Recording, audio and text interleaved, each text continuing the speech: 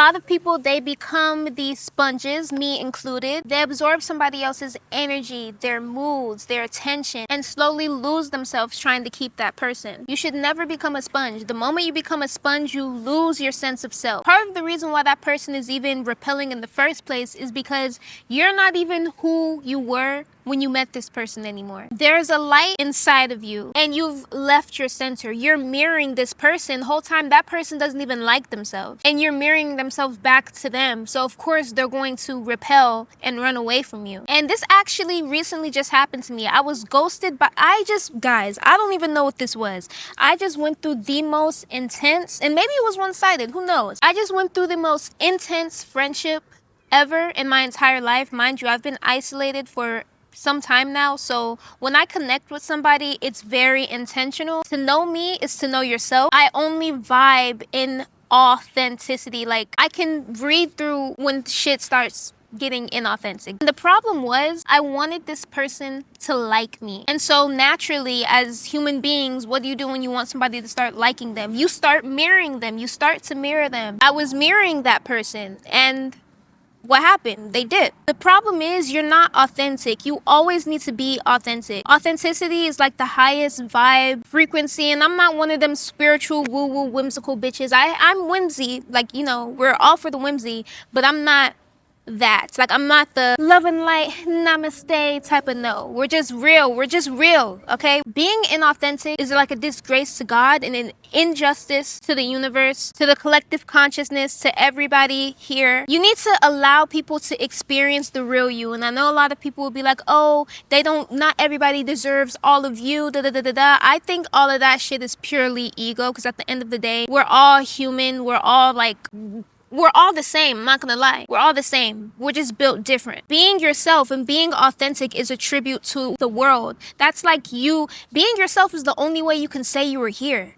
Being yourself is marking your territory, screaming to the world that I was here. And it makes you an interesting person. You were a boring bitch when you were mirroring whoever the heck you put on that pedestal that you wanted to like you so bad. And this doesn't just apply to, of course, females. Men, like, we're all human. I hate this whole discussion about men suck, women suck. Humans suck.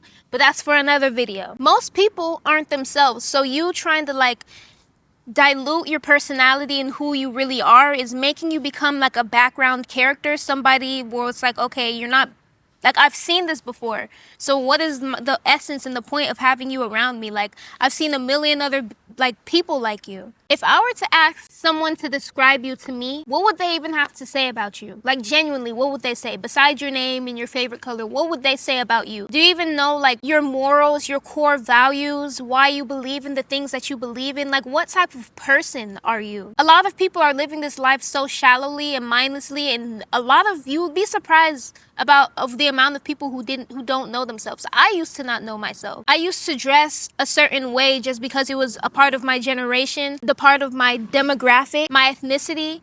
I used to think I could only be fit into one box because I didn't know myself. And that was making me look like every other person. So you need to be like a little weird. What is weird? Weird is like the coolest thing that you can ever be, because there's only one you. And it's like, why would you want to be like everyone else?